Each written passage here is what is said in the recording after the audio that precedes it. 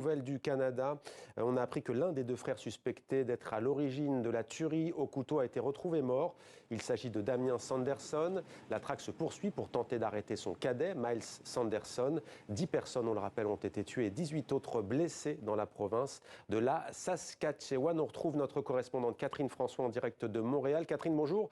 Que sait-on juste des circonstances du décès de l'un des deux suspects de cette tuerie ?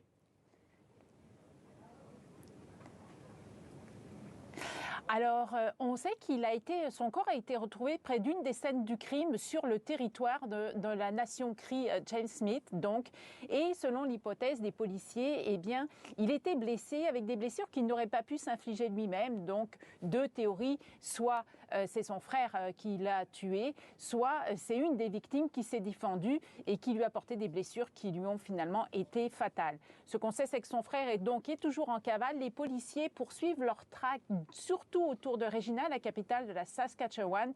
Peut-être qu'il est blessé lui aussi, peut-être qu'il va aller voir des gens pour avoir de l'aide. Ça va être un dossier à suivre, cette traque.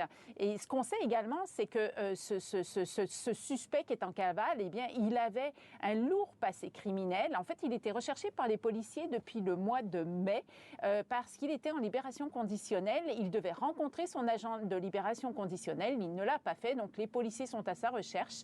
Il était notamment incarcéré pour des agressions armées et pour aussi un problème de consommation de drogue et d'alcool. Et maintenant, eh bien, il est accusé de meurtre, de tentative de meurtre et d'entrée par effraction. Concernant la motivation des deux assaillants, où en est l'enquête, Catherine ?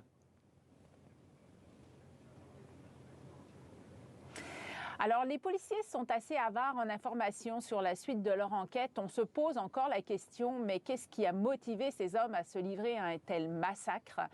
C'est difficile à dire. Une des hypothèses qui est avancée, une des pistes qui est explorée, c'est un problème de consommation ou effectivement de drogue et d'alcool. Par exemple, dans un communiqué, c'est le chef de la Fédération des Nations autochtones souveraines de la Saskatchewan qui s'appelle Bobby Cameron, qui souligne, qui fait ce lien et qui dit, vous me permettez, je vais le citer, « Cela est la destruction à laquelle nous devons faire face lorsque les drogues illégales et nocives envahissent nos communautés. » Donc, c'est une piste, on verra si c'est la bonne.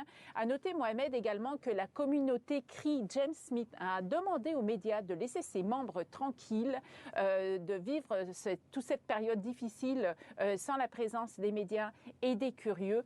C'est une tragédie pour les quelques 3400 personnes qui vivent sur ce territoire. Catherine François à Montréal pour TV5 Monde. Merci Catherine. La traque se poursuit donc pour tenter de retrouver l'un des deux suspects